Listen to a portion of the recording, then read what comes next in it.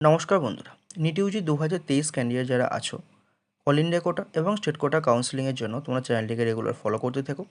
Regular update পাবে এবং আমাদের টেলিগ্রাম গ্রুপে অ্যাড হতে পারো। টেলিগ্রাম গ্রুপের লিঙ্ক ডিসক্রিপশনে এবং ফার্স্ট কমেন্টে দেওয়া থাকবে। চলো শুরু করা যাক। এই ভিডিওতে আমরা বন্ড অর্থাৎ তোমরা মেডিকেল বা ডেন্টাল বা আইস কলেজে ভর্তি হওয়ার জন্য, বিশেষত এই ভিডিওতে আমরা মেডিকেল এবং ডেন্টাল কলেজে ভর্তি হওয়ার জন্য যে বন্ডটি লাগে তোমাদের অ্যাডমিশনের সময়, যে বন্ড তোমাকে কলেজে জমা দিতে হবে রেসপেক্টিভ কলেজে, সেটা নিয়ে আমরা আলোচনা করব। বন্ডটা কীভাবে করাবে, কোথা থেকে করাবে, সহজ উপায়ে তাড়াতাড়ি কোথা থেকে করাবে, কত টাকা স্ট্যাম্প পেপারে করাবে, কী কী লিখবে, প্রিন্ট করাবে নাকি পেনে করে লিখতে পারো, সমস্ত কিছু এই ভিডিওতে আলোচনা করা হবে। এবং কী কী করালে তোমাদের বন্ড নেওয়া হবে না বা কোন কোন ভুলগুলো তোমরা বন্ডের ক্ষেত্রে করবে না সেগুলো বলে দেবো। চলো শুরু করা যাক। প্রথম আমরা দেখে নেব যে তোমরা বন্ডে কী কী লিখবে।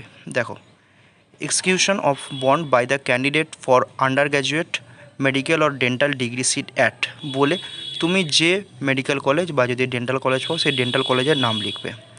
ঠিক আছে, এখানে যদি তুমি যখন যেটা টাইপ করবে তখন কিন্তু তুমি যদি মেডিকেল কলেজ পাও তাহলে কিন্তু ডেন্টাল ডিগ্রি সিটটা লিখবে না, মানে মেডিকেল ডিগ্রি সিট লিখে কন্টিনিউ করবে। বা যদি ডেন্টাল কলেজ পাও ডেন্টাল ডিগ্রি সিট লিখে কন্টিনিউ করবে, তোমাকে আলাদা করে ওরকম কাটার কোনো দরকার পড়বে না।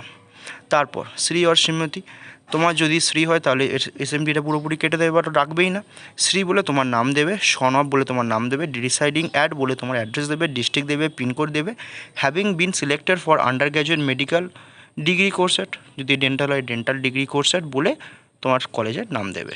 ঠিক আছে, do hereby affirm and solemnly declare that I shall deposit a sum of 1 lakh only as prescribed by the, যেটা বলা হয়েছে ঠিক আছে, ওই লেখাটা যেমন লেখা আছে হুবহু কন্টিনিউ করবে। তারপর নিচের দিকে এসো, the original documents which are in the custody of the বলে আবার কলেজের নাম, will not be return to me unless until I pay the penalty of রেস 1 lakh only to the authority of বলে আবার কলেজের নাম।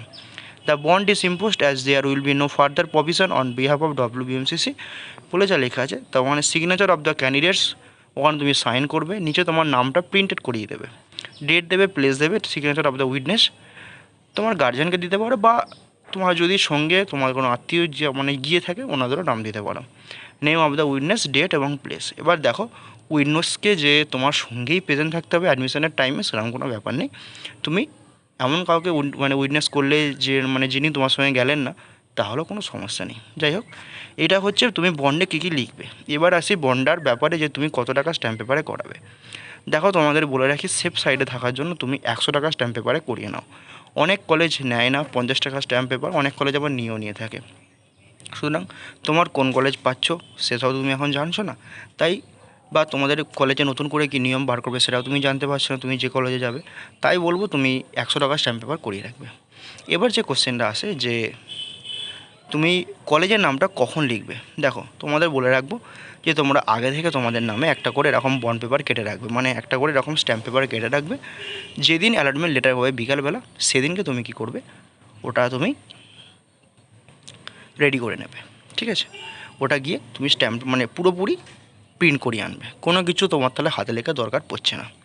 এই হচ্ছে ব্যাপার। আর ডকুমেন্টসগুলো তোমার আধার কার্ড বা বলতে বলো ভোটার কার্ড বা তোমার অ্যাডমিট কার্ডে যে সমস্ত নামগুলো আছে সেগুলো ঠিকঠাক করে বসাবে আর সমস্ত কিছু ক্যাপিটাল লেটারে লিখে দেবে, কলেজের নাম সব।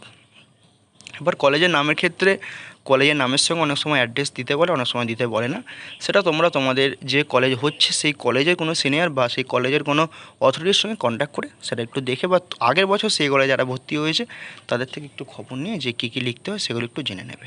ব্যাস, এইগুলো করলে কয়েকটা সিম্পল জিনিস, তোমাদের আর বন্ড নিয়ে কোনো রকম কোনো সমস্যা থাকবে না, খুব তাড়াতাড়ি হয়ে যাবে। বন্ডটা হয়তো খুব বেশি হলে একদিন, ওই দিনকে তুমি একদিন খালি তোমার কাগজটা কিনিয়ে রাখবে, মানে যে স্ট্যাম্প পেপারটা কিনে রাখবে তোমার নামে, সেদিনকে রাত্রিবেলা প্রিন্ট করে দিয়ে দেবে, ব্যাস কাজ শেষ। এই হচ্ছে বন্ড।